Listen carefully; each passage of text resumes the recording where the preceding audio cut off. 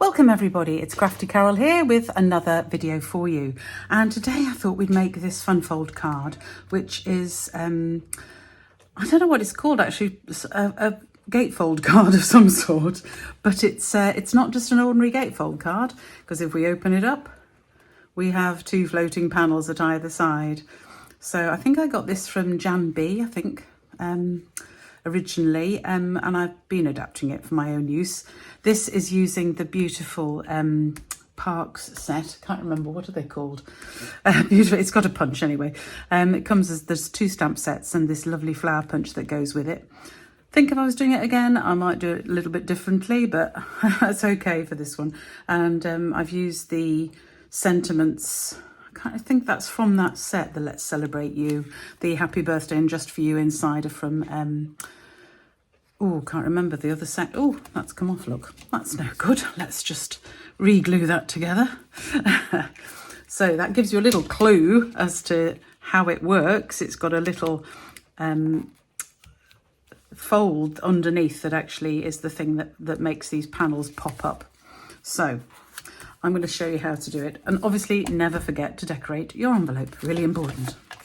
Okay, so I thought I'd make it for the video as a masculine card, and I'm using the lovely Wildlife Wonder set, which I think is a beautiful masculine card set to use. So that's what we're going to use. I've done some of the preparation because there's actually quite a lot of cutting and faffing about. You can see I've already got some sentiments ready, and I'm using two of the new in colours. They are Copper Clay and Wild Wheat.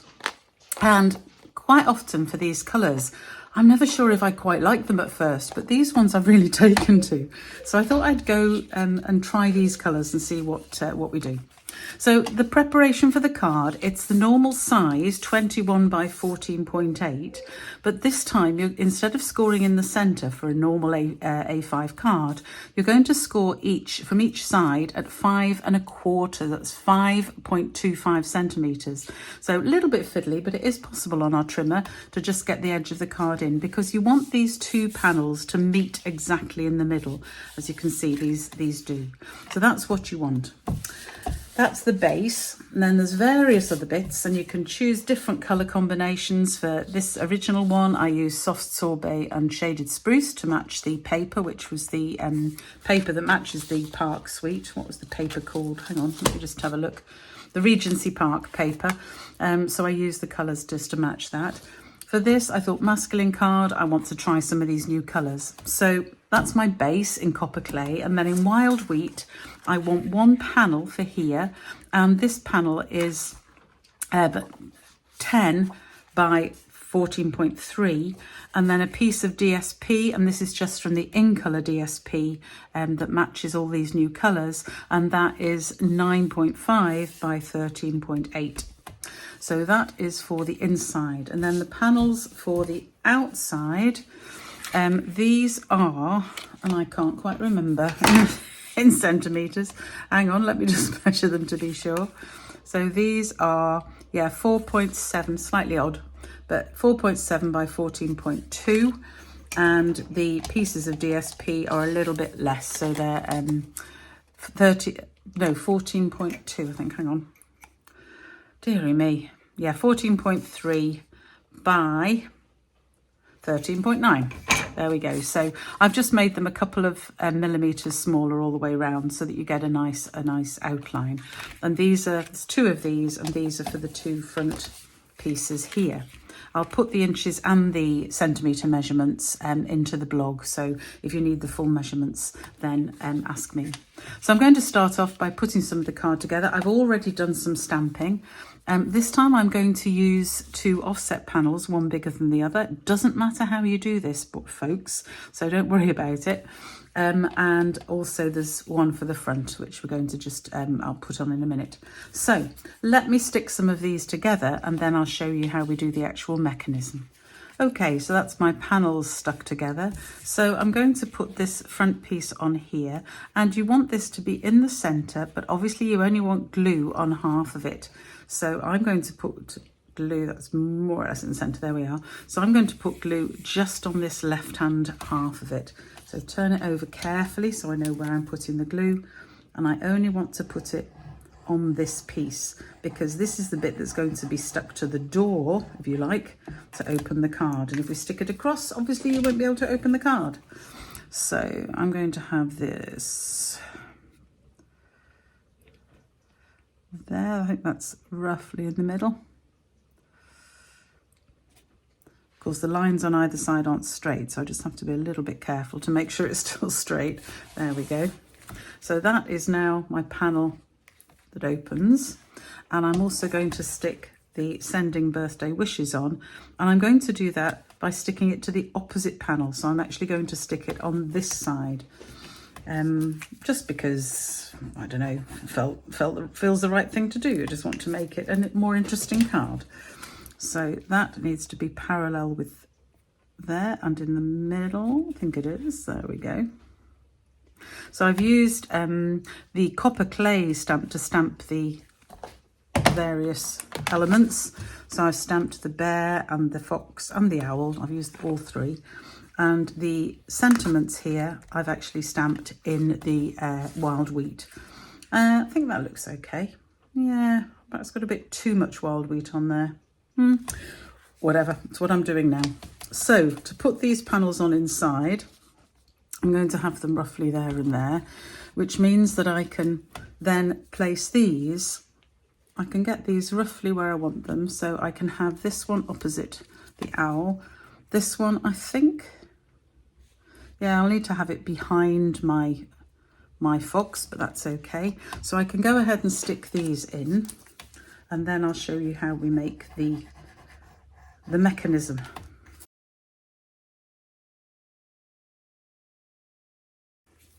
Now, I've not cut these out with dies, you might have noticed. You could do if you wanted. You could use some of the rectangle dies or the square dies or whatever. I personally like, for a mail card, I like it to be plainer. So I've just cut these out as squares and rectangles. So there is the basis of the card. See how simple that is. So to make the mechanism, I need my trusty scoreboard. Woo. And the strips you need for the mechanism, the width doesn't honestly matter. I think these are about 3/4 of an inch. An inch or so is good, but these just happen to be the strips that I had. And you want it to be 4.5, 4 3/4, something like that long. And it very simply, you're just going to score it at 1, 2, 3, 4 on both. So 1, 2, I'm doing this in inches because the scoreboard is an inch, so I have got the metric one, but it's a lot easier to just stick to the inches for that. As I say, it doesn't really matter how wide they are. It doesn't really matter as long as they're longer than 4 inches, so you've got a bit to stick together, that's fine. So there are my 4 score lines, and then I'm very simply just going to fold it so that it makes a square, and then I can stick those bits together. So I want to make sure it lines up, so make sure it's definitely a square and not a strange angled rectangle-y thing. Lovely. So I've got my little tab here, my extra little tab, and that's the bit I'm going to put some glue on. So I'll just use Tombow again. Could use tape on this if you wanted, but I think it's easiest just to use Tombow. And then folding it over, making sure it's absolutely straight. Make sure it's stuck together. And that is my little square that I need to make the mechanism. So I'll do this one in exactly the same way, folding it, making sure it's straight each time. And then, there we go. I can simply again put some glue on the tab.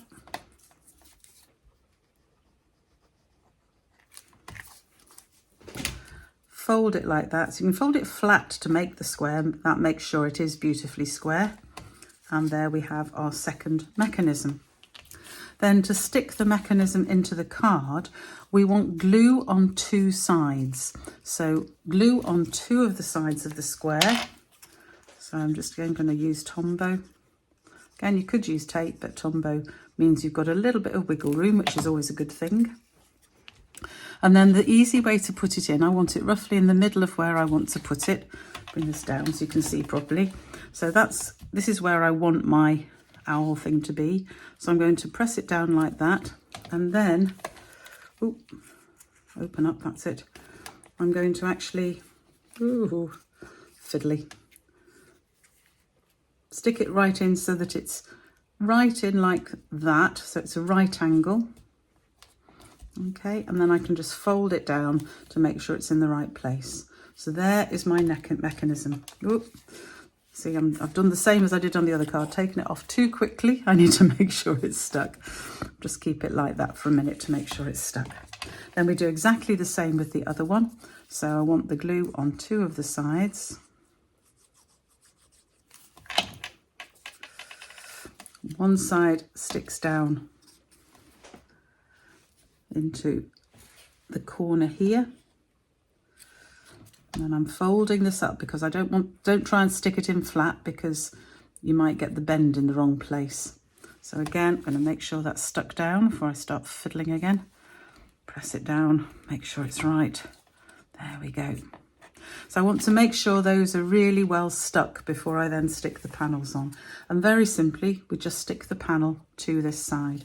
Now I might actually stick, because this is quite a big panel, I'm going to see, it might just work.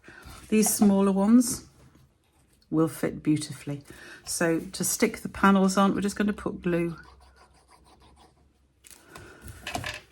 just on that bit there, and then I can place the panel where I want it, stick it down, fold it over and press down to make sure it's really stuck well down. There is my panel. Ooh. So you don't try and work the mechanism before it's actually stuck. That's me being stupid. Hold it down for a second to make sure it's stuck. And there we have my first panel. There we go. So for the second one, again, now when you're sticking the panel on, just make sure you put the glue only on the one bit of the panel you want to stick, not on that bit obviously, because it'll stick the card closed. And when you're placing this on, place it so it's not quite at the very end. Now I don't know if you can see that, I don't know if the light's good enough, but I'm actually going to place it so that it's in the middle of my picture, so in the middle that way, but I've just got a little bit showing there. I don't know if you can see that, yeah, because I don't want it to catch when I'm opening and shutting the card. So that is my fox. There we go. That's lovely. This is about the widest panel you can get away with. When you're making this card, you can make it with any size picture you want. I just wanted to make sure it fitted my image, but that is about the widest panel you can get away with. And that one is, should measure this for you actually. Yeah, 7.5 centimeters. Or let's do it in inches so you know what the inches are. 3 inches. So that's the biggest panel you can get away with. For most of these cards, I usually make much smaller panels, as with this one here. Usually these are the usual size of panels, and these are, put these written down somewhere. Where are they? No, can't remember. It's easier to measure them quickly. So these are, yeah, just under 5 centimeters, so around 5 centimeters, or 1 inch and 7/8, something like that. But I cut these with the stitched shapes dies, the stylish shape dies, the squares, and then I cut the next smallest one to make the white panel, and then got the die cut flowers from the Park set to make that one. So that's how I made that one. As I say, for these I cut the panels because I wanted them to meet the particular images that I'm using. So once those are stuck down and nicely stuck together, we can just reinforce those folds, because it's quite a bulky card, this, obviously, with all these layers in. And there we have our gatefold with floating panels card, whatever we want to call it. So just remains for me to make sure I do an envelope, and I hope you enjoyed this particular video. And please go to my website. On the blog you'll find all the measurements you need for all the sizes of the pieces, and yeah, let me bring this one in so you've got them both to see. One quite fussy female one, one quite nice plain male one. I might put some gems on it, just might need a little bit more jazzing up, that one. So yes, the blog has all of the details on it. Please sign up to my emails, and then you'll know when I'm live and get all the details about my blogs, because you'll get an information as soon as they come out. And yeah, I hope you can join me again soon.